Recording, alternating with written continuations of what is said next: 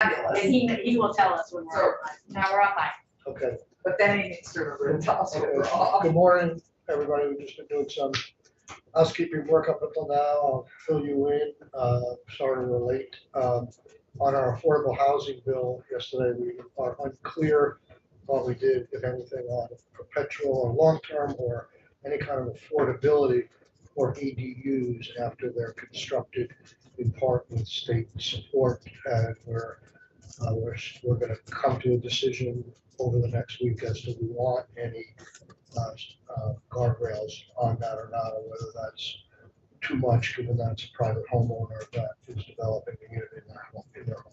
And they're there. May I just say a point of personal privilege, Mr. Chair? Sure. This is the first time in 2 years we have been together in this committee. That's amazing, yeah. It's very exciting. I know. So, and to have Heather and Jess back too, it's great. But anyway, I just want to acknowledge that and to say how great it is. I wanted to say something about the ADU piece. Can you speak up? Sorry. Yeah, if I could make one more comment on the ADU piece. Folks are not coming till 9:20, so go ahead. Okay. To me, the other great benefit is to someone on the lower end of middle income homeownership, being able to get the resources to create an ADU in their home and generate income stabilizes them in the middle class, helps someone. So I was also curious, I can't remember the language, if we are prioritizing people of a certain income to help create the ADU so that they have extra income when they really need it. I don't think we had any of that language in there. Nor do we have it on the bigger vehicle program. Right. You don't have to be a poor landlord to qualify for this. Anybody can qualify. So there's no income or needs testing for that.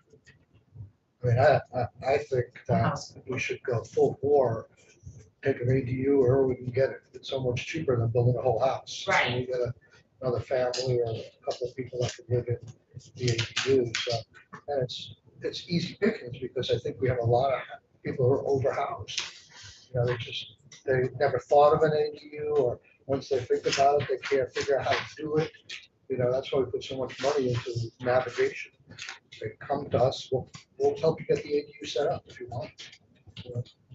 I'm excited about it. We've heard that stuff in the White House stuff, but I think if we start on either end, either the homeowner or the tenant, Right. to put too many strings on it, it could be a good dampen it. Yeah, but I just think we should just focus on what's the benefit to the tenant, but some people might be underwater on their mortgage or in some way struggling, and this is a really helpful thing to be able to create an ADU. So it does good, even if it's not potentially affordable beyond a certain time period. Well, the bill could have, and I would suggest changing it down when it comes back to the House. It could have some prioritization language, try and find spread your money to people who that need it financially or something. Okay, so we're going to move on to economic development, and I don't want to be rushed on this, and I've said this a number of times. If we can't meet the crossover deadline, we have two options. We can go to the Rules Committee and see if we can get an extension. But we also have another omnibus economic development bill in this committee from the House that's totally taken care of last year by putting it in the budget. So it's H-159. And so that's not subject to the crossover rules. It's a House passed bill. And this is a strike all anyhow. So whether we put it on 263 or we put it on 159, it doesn't matter.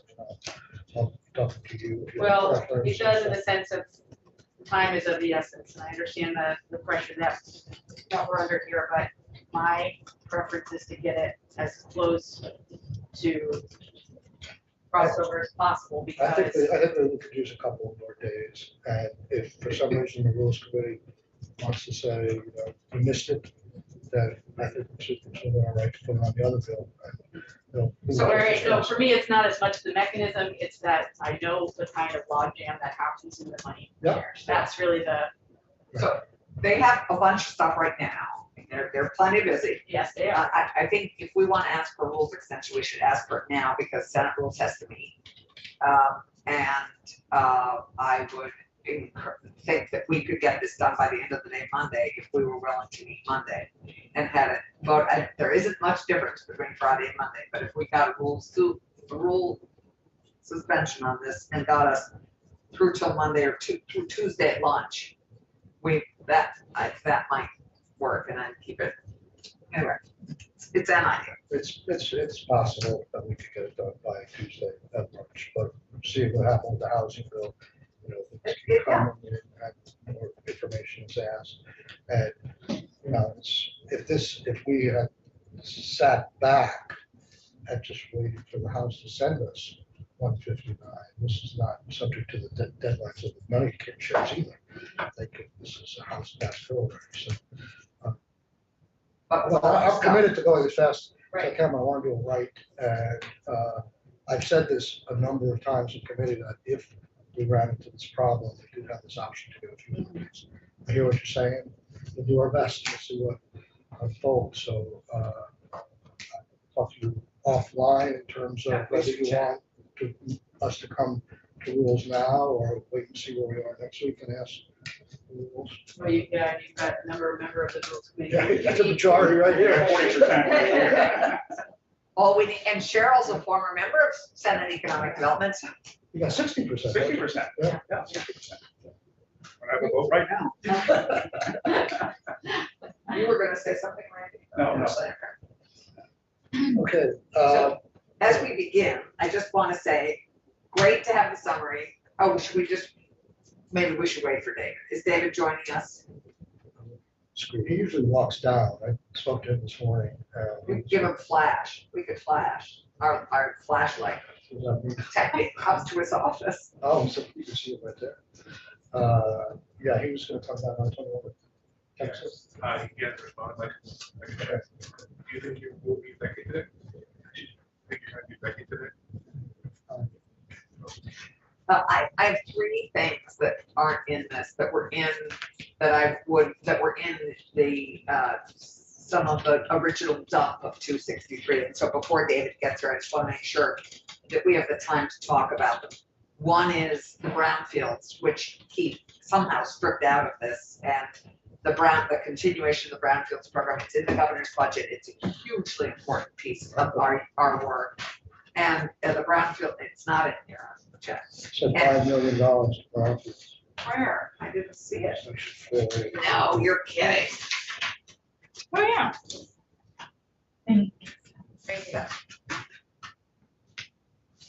Why do I not? It's in there. I don't know if it's in there at the level you want. I don't, That's the second. Oh, that is the first one. this is the first. Oh, there it is. It's in tiny type. Okay, great. Thanks. Okay, that takes, hey, you know what's that easy? So the other two though aren't here, which is, and I have them drafted, the creative sector. So the creative sector bill 202 has some additional, I think we're gonna figure out how to work with the VITA short-term forgivable loans and the capital investment program. I think we can deal with a lot of their issues there.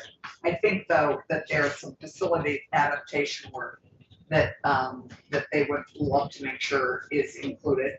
And the entrepreneurial housing, the Matt Dunn proposal, which I've sent you, we've got it drafted. So I just want you to know they're ready to go for discussion. That's different than the money you got for him in the budget adjustment act. Yeah, that was for a grant for Rutland, Randolph, and Springfield for the accelerators.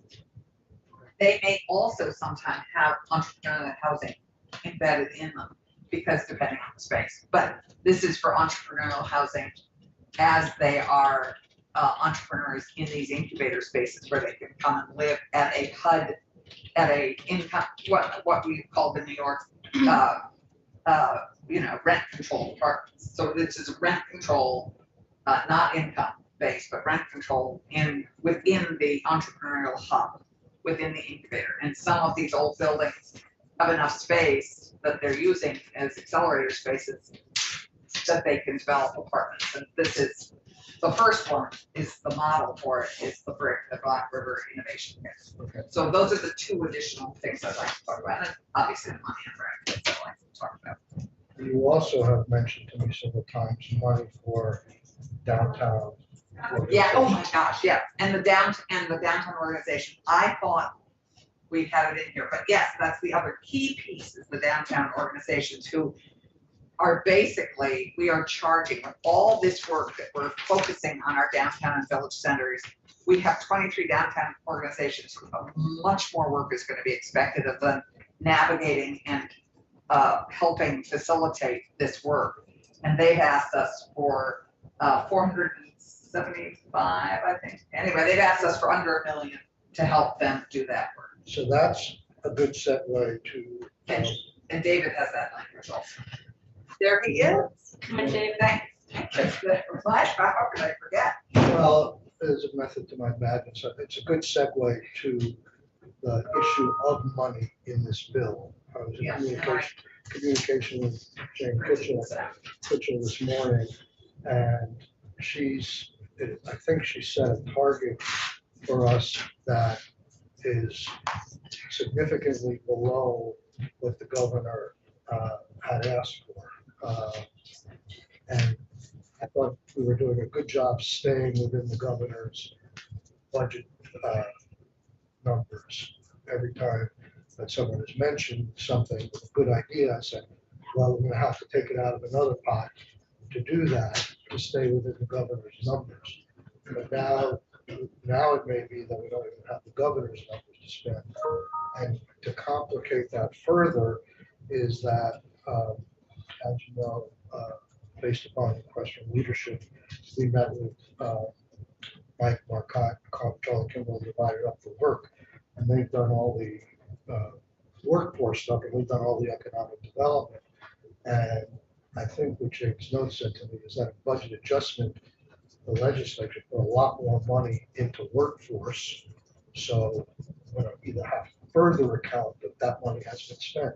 So we may not have nearly as much to work with, which makes it more challenging to do the add-ons. I'm not opposed to add-ons. There's some numbers that I think are really sort of, I don't want to be pejorative, but they're not really clearly defined in terms of the need, in terms of some of the larger numbers on business grants and stuff like that. So if you've got $100 million going into business grants and you want to put $450,000 into downtown, or money available in tourism or better places, and you want to put $500,000 into these downtown organizations, there's places to find it. But it's not just, we can't just keep adding money.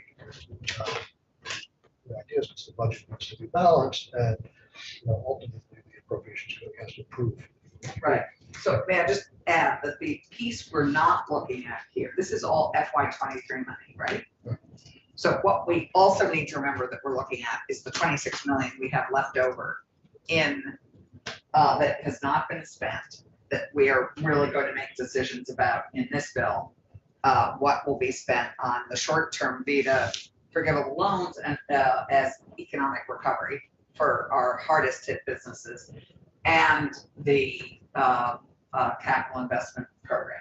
So just remember, we also have 26 million to allocate that can be. We're going to need some clarity on that, because as I understand it, Jane's numbers include all the efforts that have been done in budget adjustment, whether it's savings or extra This is, spending. but these were not budget adjustment. This is money that exists, that we passed, that is sitting, just think of it as sitting over at National, like with ACCD. Right? Jessica's got it in her back pocket. It's just sitting there. We need to allocate it. We need to reallocate it. We'll have That's to the check that. ERG money, right? Yeah. So I just want to remind us that we have that. I'm not 100% sure that Jane and Stephanie know about that money for sure. So we should have that conversation. ASAP. Yeah, and they are saying, this is what you have left to spend. And if they're considering they're still spend it on ERG, then you're right. If they realize that that program is now essentially defunct and have accounted for that, then we don't have it. We'll get an answer to that. Right, because, But the simple way I just want the committee to Yeah. understand is that it's not as simple as here's another good idea and we can do it. We have to find money to do it. So, David, would you care to join us? Sure.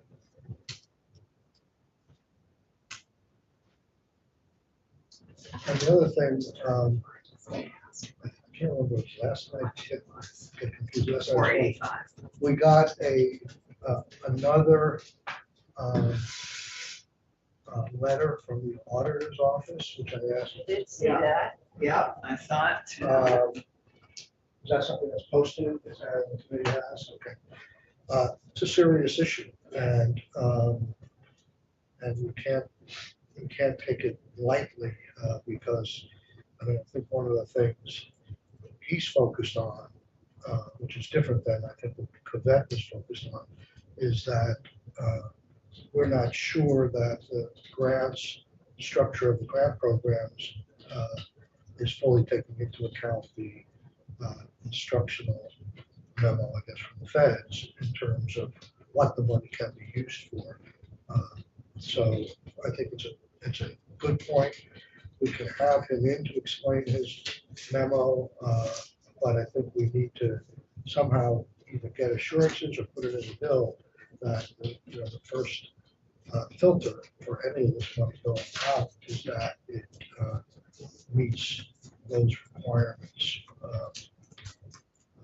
And then we have the other issue that I think was the debate between Tom Cavett and Joan Goldstein as to how to score these programs and whether they're really how you determine what is a really worthwhile program. I know we had the dispute of whether it has net fiscal impact beneficial to the state, and I don't think that should be the sole criteria, but we do need some criteria. What I tried to do, check with joint fiscal, if they're willing to do this, is to have joint fiscal work with ACCD to come up with guidelines or guardrails and then present them to joint fiscal committee, similar to last time we did this, but not necessarily have time just to profitability or how it benefits the state. So you'll see that language in this bill in both for the VITA program and for the capital investment program. But those are going to be, in the next few days, are going to be issues. I think the thorniest issue we're going to have to deal with. Any thoughts on that? What is your thought, Mr. Chair, about the timing for having the audit committee? Probably come tomorrow. That would make sense if we want to vote the bill out by Tuesday morning. We should have him come in. I mean, he talked a little bit about it the last time he was did. here. Yeah. But now he's got a detailed memo with plus references. And Jessica, I would ask if you could, have you seen the memo? Was it I have not actually. I'll forward it's it to you. posted online? Oh, yeah, I can pull it up. Could your department go through it and annotate it? Yep. Say where you disagree or Yep. spur the thoughts so we can have a side by side of the Yeah, positions that would on be that? helpful. Okay, yep. I can pull it. Okay. Well, it's been a while since we've talked about this bill, so let's just go through it in somewhat expeditious fashion, flag the issues that we're going to have to dig deeper on. I'll help you along by David by saying we don't need to deal with section 1 again. We keep that to death, and I think everybody's in agreement on that. Any tips in the remote relocated worker program to include more jobs and make sure that people are not already here.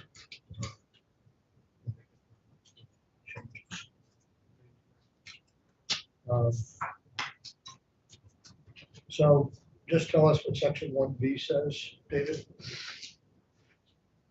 Well, this is the Feed Vermont Regional Recruitment and Relocation Network. So this is the Department of Tourism's proposal. I haven't changed it or rewritten it since you first saw it, but it was added at your all request. And this sets up the regional networks and makes grants out to partner organizations to do an RFP process, try to coordinate promotion and marketing efforts, state with regional partners. So, I mean, that's the highest level view I can give you. Do none of these have appropriation amounts? Their budget request in the budget, I think is 8.4 million. 8.46. 8.46, it's 2.82 a year. For 3 And years. this, 8.46 for 3 years. 2.82 per year for 3 years. Okay, a total of. Two. And who are the people you're going to be contracting with? So this would provide local capacity support so we are thinking of the 12 regions around state, loosely around the RDC regions. We would do a competitive RFP process to make sure that we identify the right organization in each region who can really do the scope of work. But it's really about understanding that, as was just mentioned, that we're putting a lot of pressure on our partners on a local level to help us with our relocation efforts. They've been great partners in the past, but we've never funded any capacity on the local level. So this would provide that as our partner in these relocation efforts. We've seen over the last 3 years, when people are trying to make that decision of where to move to, they really do need that high touch level of support to be able to find the housing, to make the business connections, to make the connections within the community. And so we would use an RFP process, like I said, to identify who's the right organization. In the past, we've worked with RDCs, we've worked with downtown organizations, we've worked with chambers of commerce. So we would just be looking to see who can really fulfill that scope of work, which is to support the relocation inquiries that come in through the state. So that the crux of the proposal is, how can we fill that pipeline with leads? So there's a marketing effort to fill that pipeline with leads of people interested in moving to the state. And then once we push those leads down to the local level, how can we make sure that they have the capacity to actually really nurture those leads, excuse me. And Vermont. that's right. And convert hopefully those folks into new residents. So I'm going to ask a Senator Block question here. In the past, You trained it well. do you have data as to how many people and names you've passed on to local communities in the past to help relocate here? We do. So we have tried to get more and more systematic about that exact funnel so that we're able to track, because we do know this is a long-term effort. And that's one of the reasons why, even though this is one-time funding, we understand it's going to take a couple of years. So that's why we've structured it as a 3-year effort. But we have it's called Connect with a Vermonter. It's the form that we have on the Think Vermont website. So from that, we get anywhere between 50 to 150 inquiries per month of folks who are interested in moving here, depending on how, we ask them a series of questions as to how serious they are, are they interested in a particular area of the state, what kind of support are they looking for, and then we're able to then, through actually an automated process, push that out to the regions. We give them a certain level of high-level information about each region that's customized, that we've worked with the different regions to develop. And then they get that exact contact information of what they're looking for and can literally make those phone calls to see how they can support that effort. But that takes capacity to do that well. And so even though, like I said, we have great partners who have worked with us over the last couple of years to do this on a more informal basis, we really want to put the priority here in terms of solving, some of our workforce issues. And so this would provide that. So we would have that mechanism in place. The idea is to get more leads in as we can. But beyond leads, And then, exactly, so beyond the leads, they come in and then we What are have the that numbers? tracking. what are the numbers for people who move here and are retained? I think retention is really different than recruitment. how are you evaluating and tracking the number of people who move to Vermont and stay in Vermont through the program?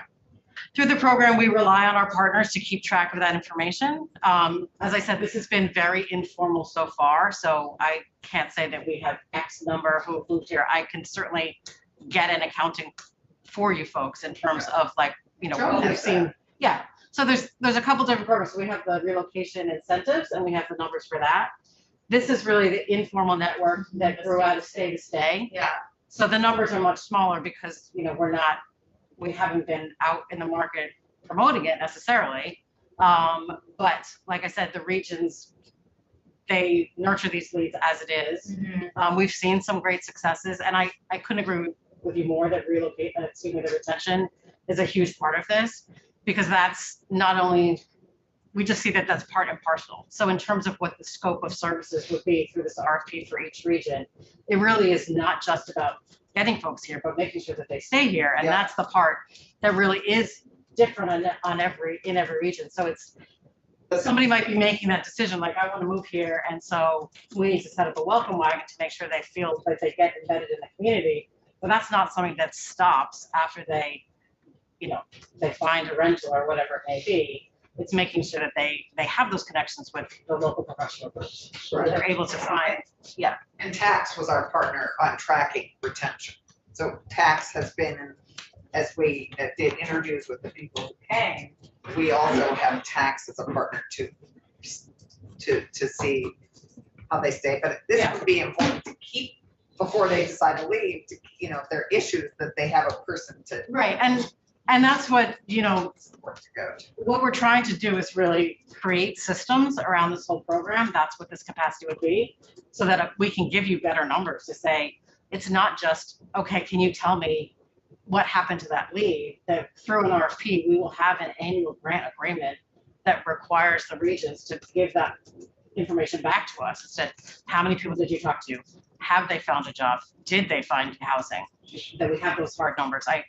That has to be part of this. So, But that's why we need to formalize this network instead of just the, can you help us do this? you gave us some written material on this, didn't you? I gave you written material on the tourism activities for the allocation last year, but I have not given you numbers on the questions you're asking right now, so I'd be happy to gather that. Not only numbers, but your description of how this will work. I mean, it sounds, if I play devil's advocate, it sounds a little amorphous. I mean, what did, we gave, at the last minute, we gave Owens Chamber of Commerce for $60,000 through you, I think, last year. I don't know what the total, what did they do with that money? I'm sorry, which? Last year at the end, we, I think, gave a significant amount of money to get distributed to Chamber of Commerce's, local Chamber of Commerce's. We did do a regional marketing grant program, which I have provided information on. That wasn't specific to Chambers of Commerce. That was a competitive grant program with $600,000. And the idea there was to help the regions increase visitation, economic recovery programs. And I have given you folks a report on that. That work is happening right now. So those grants were just executed. They're for basically for the next year, 20. One-time funds. One-time funds. Yeah. So if we didn't fund this and some out-of-stater came to the Chamber of Commerce and said, I'm looking for help and relocating here and stuff like that, they wouldn't help them? It's not that they wouldn't help them, but we have definitely seen that regions have had to scale back some of their support in this effort because they don't have the capacity to do so. I mean, on the local level, we're asking our partners to do more and more. And it's not that they're not going to help somebody, but they can't do that to the level of we know is most effective if they don't literally have the people to be able to do that. Can we require in this money to the regional groups that they have a dedicated person with this money for this purpose? I think that would be very fair. As we budgeted it at $100,000 per region per year, thinking that they would need to bring on a staff person to do this. That was the whole idea, that it would not be for outward facing necessarily program expenses. It would be for capacity, it would be for personnel.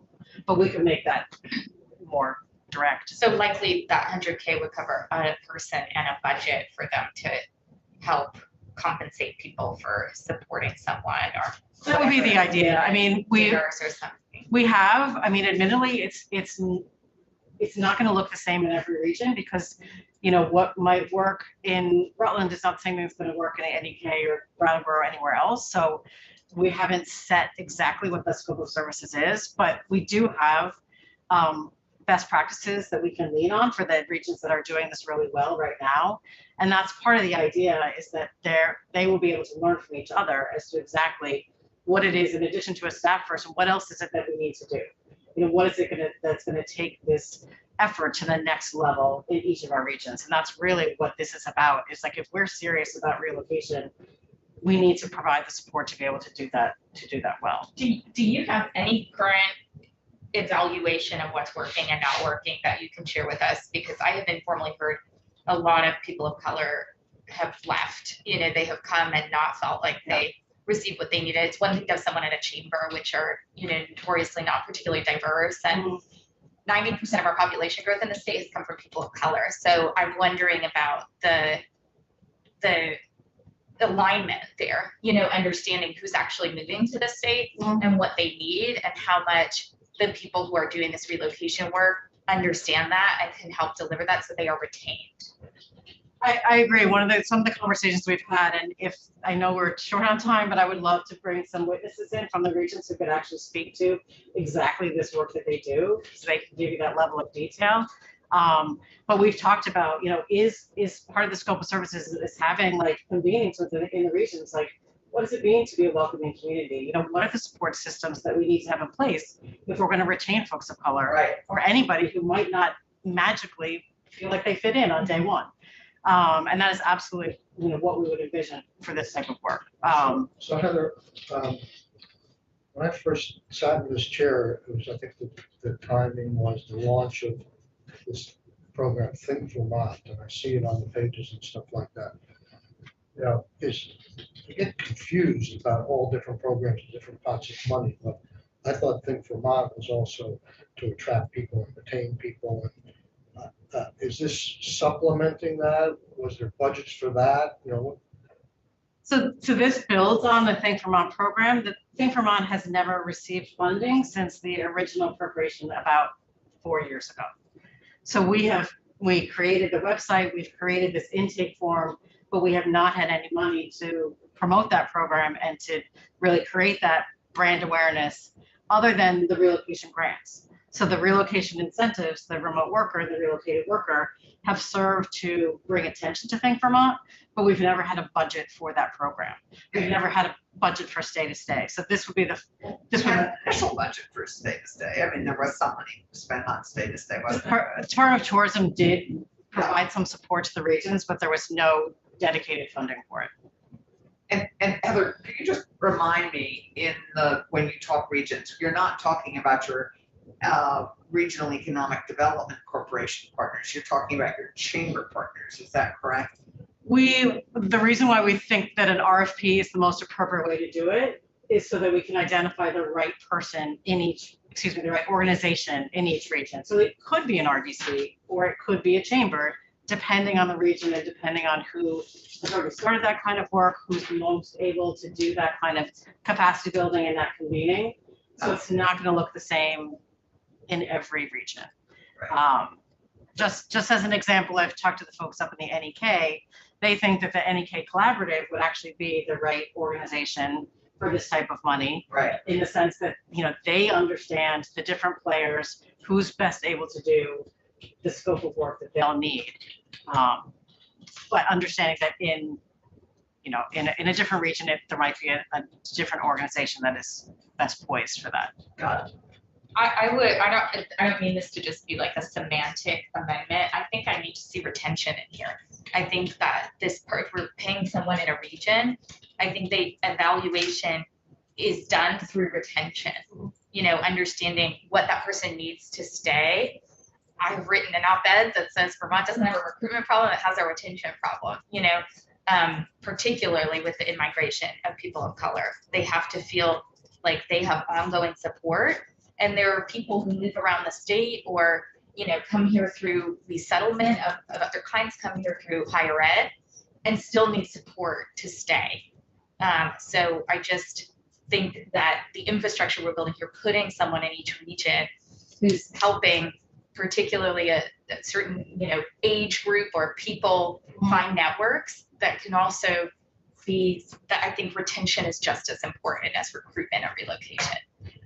I completely agree, and we can be more direct about articulating that. And So this is, yeah, and this is, looks like about 3/4 of the 8.4 million on the 2 point something per year. Or is this 2.82. is that the whole the thing? way we had envisioned the breakdown per year was that $100,000 for each of 12 regions is 1.2 million. Right. And then we will put 1.5 million into the marketing of it Right. to fill that pipeline. And then the differential is funding for a staff position at the Department of Tourism to be able to manage the grants. That's to provide that, funny. right, to provide that level of support. On the retention issue, I would also say that, this is about building capacity and systems in the local communities. And so that's also about, retaining our college and high school graduates. Right. It's about how do people feel like they have a future in our communities. And it even goes to and then having that workforce becomes the retention of our employers. So I philosophically, I couldn't agree more that this is about retention. Oh, It's we need to get folks, we need to keep that pipeline full, but then once they're here, we really desperately need to keep it. Yeah, I just want to see it in the language when we move forward. Before we move on, thank you for this. Can you give me an example of a typical family that might be interested in coming to Vermont and what you would be doing with that family on a day-to-day basis? I mean, we have all these programs out there. Are you just going to connect them with these programs? So sure, each program has its own navigator or trying to help people get into their program and walk them through the program.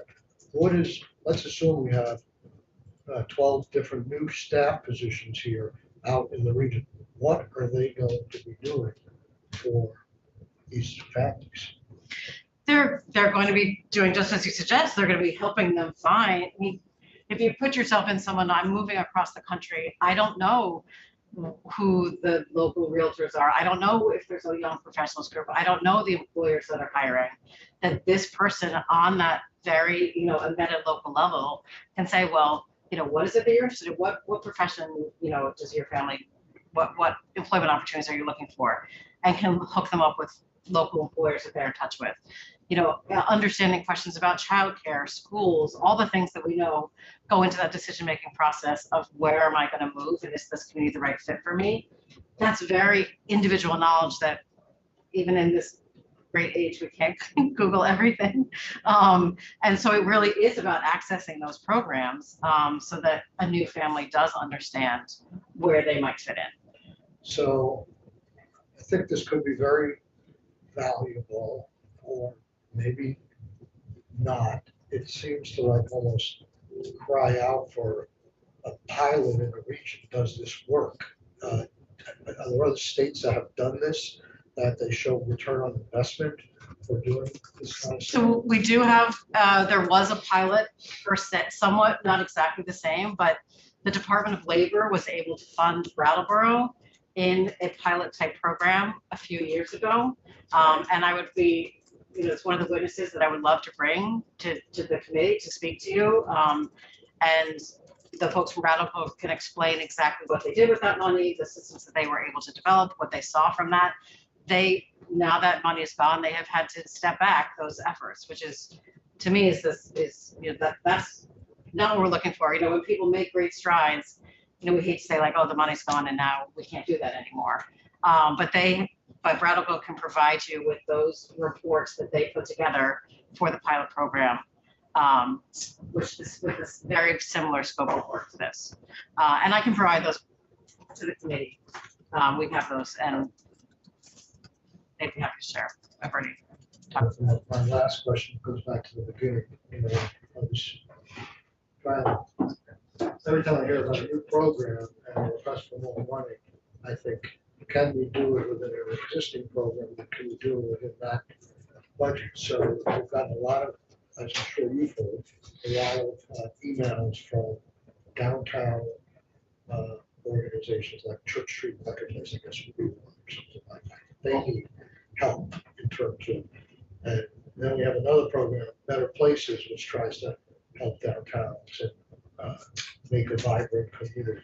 I understand this is different, but I guess I was thinking that maybe we could carve out some of this 8 million for these ancillary requests that tangentially get to the same purpose. I mean, there's money in the downtown, Better Places thing that hasn't been spent yet. That hasn't gotten off the ground yet. It's $5 million, right? I do think that there's a lot of nexus between these different programs, and they do support each other. And so if we are able to, at the end of the day, if we're able to provide capacity money to the local communities, then they can really identify what they will be able to do above and beyond what they're doing now, because they have these extra resources. Right, so it was Stephanie Bonin involved with the Brattleboro, because I think she was, because she's also the head of the downtown organizations down, 23 downtowns that are asking us for $485,000 for capacity, again, local capacity support for all these programs that we're supporting, and with all this ARPA money, they need help making it all happen in their region. They would be partners too, I assume. They may not be the entity that gets this grant, but they would be working closely with whoever got this grant, those downtown organizations. Absolutely. It was BDCC, Brattleboro Development Credit Corporation, who received the funding from the Department of Labor in Brattleboro, but clearly, yes, they work very closely with the Downtown Alliance, with Stephanie. Yeah. And because if you think about it, when you think about what does it take to convince someone to move here, and do they feel part of the community, that is about the vibrancy of the downtown. It's about getting involved in those events and those organizations, and just feeling like you're part of everything. Yeah. So Maybe we should get her. She seems like a Yeah, she's I think our key witness for I've sent you her contact, but I can send it again. see if she's available. and I can send you Jen. She could zoom in if we had time. I'd love to bring Jen in. Jen's from BDCC to talk about. Again, she can talk about the pilot with the Department of Labor. She can talk about what they've been able to do, what they have not been able to do now that they don't have that capacity. Is this the same Brattleboro? Not the same woman, same town. But Jen can speak more to this specific scope of work, and Stephanie can certainly speak to the downtown piece of it. And Can you send presumably how they work together. Can you send Scott and me Jen's contact? Of course. Okay, thank you. So that's this new program that's in this bill. And can you resend us today your overall budget numbers for other things? But that's not in this bill. That's not your entire budget, this 8 million. No. You've got your base funding and all that stuff. Right, no, that's in the governor's budget, just in the. And is there any major changes there, or? No, not major changes there. Thank you. Yeah. Thank you. Okay, so the next item, we'll take a break in about 15 minutes. Is I think the capital investment grant program. And if you've looked at the auditors thing, I think it might be useful to have them with your person. Do you agree? Yes. Yeah. Okay. So you can see. He's available tomorrow morning or something like Let's put a person.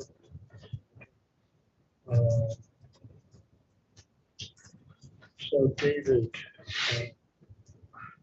I'm looking at page 8. The amount is $50 million, but we've identified and have thought about taking the town, the stagnant town, $30 million and combining it. Be the grand list, this is the Grand grand list. list proposal. So in this, I'm guessing that we'll see that later on, the 30, no?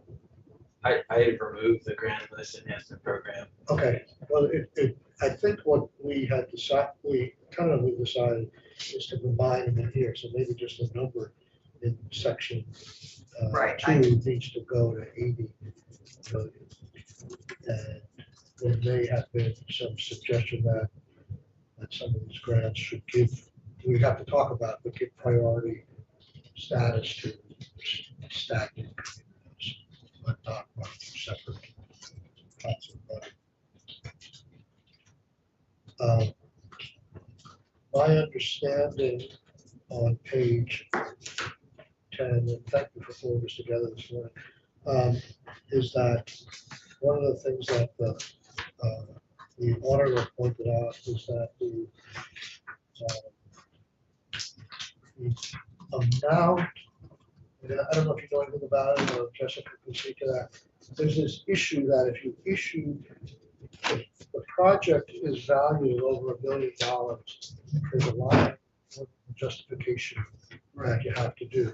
And I know Joan came in, and that's one of the reasons she suggested changing She's right here. on page 10, line 11, the amount from,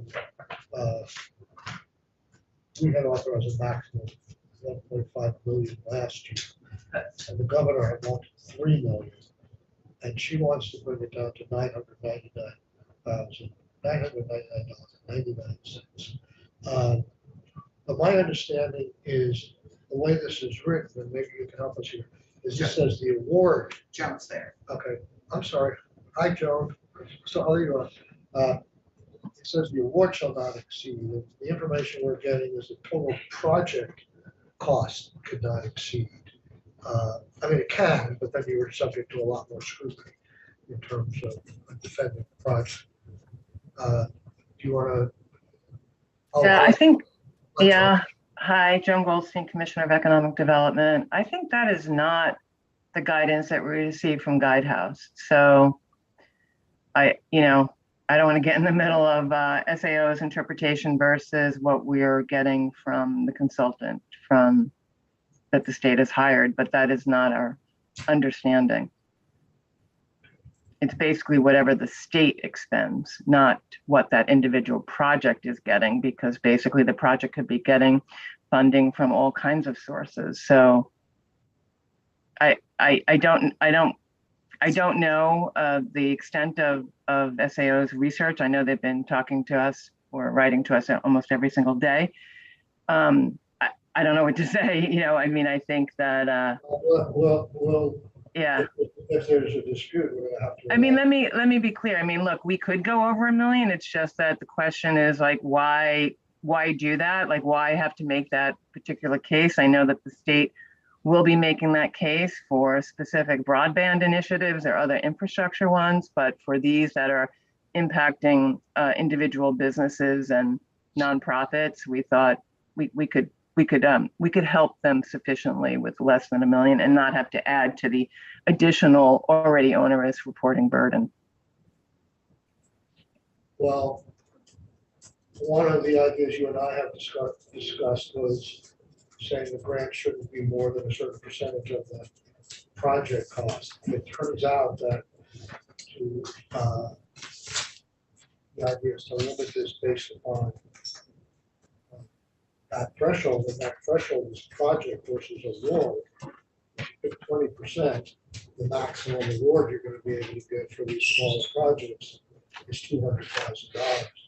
So it seems like we need clarity. We need a decision. We need a meeting of the minds. I don't know if I caught all of your question. So let me just reiterate. No, none of these awards, as it stands right now, and I think what our plan would be is we would not fund more than 50% of a project. The project would have to match at least 50% of the funds, right? So right at the get-go, we're not funding more than 50% of the project cost. On top of that, they have to provide 10% equity. The formula that we are proposing is that the limitation would be, you know, everyone's saying, well, how would you figure this out? Well, let's figure out what does that project do to the full listed value or an appraisal value, kind of the incremental valuation that's brought about because of that project. We could agree to a 20% figure. So let's say, you know, even though they're asking for $1 million, let's say, but the project could, over a period of time, lead to much more than that in valuation. We would pay 20% of the portion. It doesn't mean that 20% of what they ask is going to be given. Let me just be clear on that. No, but what is critical here is for us to know whether the 20% or the 50% or whatever does it apply to the overall project cost, or does it apply to the size of the award? And right now, in this language, it says an award shall not exceed $1 million. If it were to be changed to what I think the auditor interprets it is, it says no award shall be granted to projects greater than $1 million. And you're suggesting a 20% award to project cost or something close to that, then we'd be limited to $200,000. So I'm going to ask, this is one that we definitely need a consistent answer. I'm going to ask David to work with these players and give us his opinion as to whether, and this is not saying you can't award more, but there's a whole different level of scrutiny if you award more than, either award more than $1 million or is the project cost more than $1 million. And you're saying Yeah. It's the state expenditure. It's, yeah. And The state expenditure can't be more. It's the state expenditure, yeah. And Doug Hopper, will hear from him tomorrow as well. He's saying total project cost. Okay, it can be more than $1 million, but you go through a whole different level of defense of the project if it was over $1 million. Well, right, because you know, the idea is if it's a larger project, it may take too long and we won't meet the expenditure guidelines of getting this obligated and spent down by 26. Right, we don't want it to be Right. something that will be being built into 2031, but we want it big enough so that it actually fits our intent, which is to have transformative regional impact, even if the transformational is now a lowercase t. Yeah, I understand that, and I know that was addressed in the auditor's memo. You know, I think what happened once the final rule was reached, we realized that the final rule will trump anything, just about anything that was in Act 74, right, within guidelines. But even though we really wanted this to be transformational, we cannot do general economic development projects, and that is expressly stated in the final rule. So yeah, we would love this to have been transformational. We cannot do that. Okay, so before we take a break, have you seen the language that's in the draft now on page 13 and 14 dealing with implementation of this program involving joint fiscal to help develop guidelines? I think the way it's written right now is that you would have the ultimate discretion of what those guidelines would be, but you'd have to consult with joint fiscal, and then it would have to be approved by the joint fiscal committee. But in terms of the proposal that would go to the joint fiscal committee, you would just have to consult with the joint fiscal office. And have you seen the language? It's on our website, Joan. It's draft 7.3. Yeah, this is where we consult with the Joint Fiscal Office to develop guidelines for the capital investment program and submit the proposed guidelines to Joint Fiscal Committee. Right. I mean, I appreciate you're changing it, but this does add on many steps, and it feels like it's sort of unprecedented in any other ARPA program. So I think it's a one-time add-on. I mean, once the joint fiscal committee approves the guidelines, then you're off and running. But those guidelines, it's not that what you're faced with now, I think, where you're saying you have to have a committee reviewing, you know, Each grant. each grant. Yeah, and this is- Stuff like that, but the guidelines would be set in advance. And we've heard enough concern about this, that I'm feeling that we need something in here. And I think it may also, we'll have Cassie, but I think we also may want to determine. I mean, you know, I understand what you're saying. I've dealt before with people saying shadow government and stuff like that. But on the other hand, we're established an $80 million program here, and we want, I guess, a second set of eyes on what guidelines would be appropriate. So I think this is sort of a middle ground. And by the way, I'm not saying we are agreeing to $80 million, so I want to be clear on that. But, so you don't like it, but it sounds like you don't want to see the program disappear if it's necessary from a legislative perspective. Before we take a break, Mr. Chair, could I ask Joan to clarify the 26 million? And I drafted something for you to look at to change.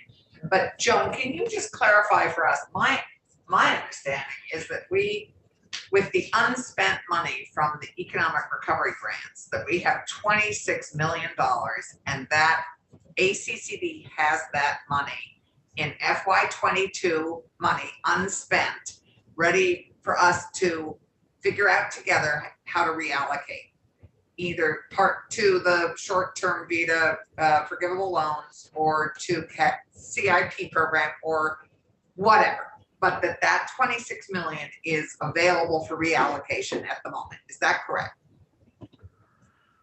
I believe that's correct. The original wording was something to the effect, you know, to be used for other economic recovery programs that were created before January. That was like the language. Right. And that generally the bridge program continues until it's out of funding. Right, okay. So we're just gonna try, with that understanding, I've drafted something to Jane to just clarify that this is the case so that we can, as we do work on this bill, we can do that work. And have that maybe effective upon passage rather than wait, or we'll figure that out. Rather than wait for a budget. Is that what you're saying? Yeah, So in the governor's proposed budget, what you're saying is he didn't suggest reallocating that money. The $20 million he suggested for the VITA program is new money above and beyond. And the $80 million he suggested for the grand list and capital is $80 million above and beyond the 26. He didn't use any of the 26 that was appropriated last year for to meet the needs of these new requests. Those are all additions, right? Yes, that's correct. That was all fiscal year 23. Okay, let's see if there's anything else we need to. Why don't we take a thank you? Let's take a break till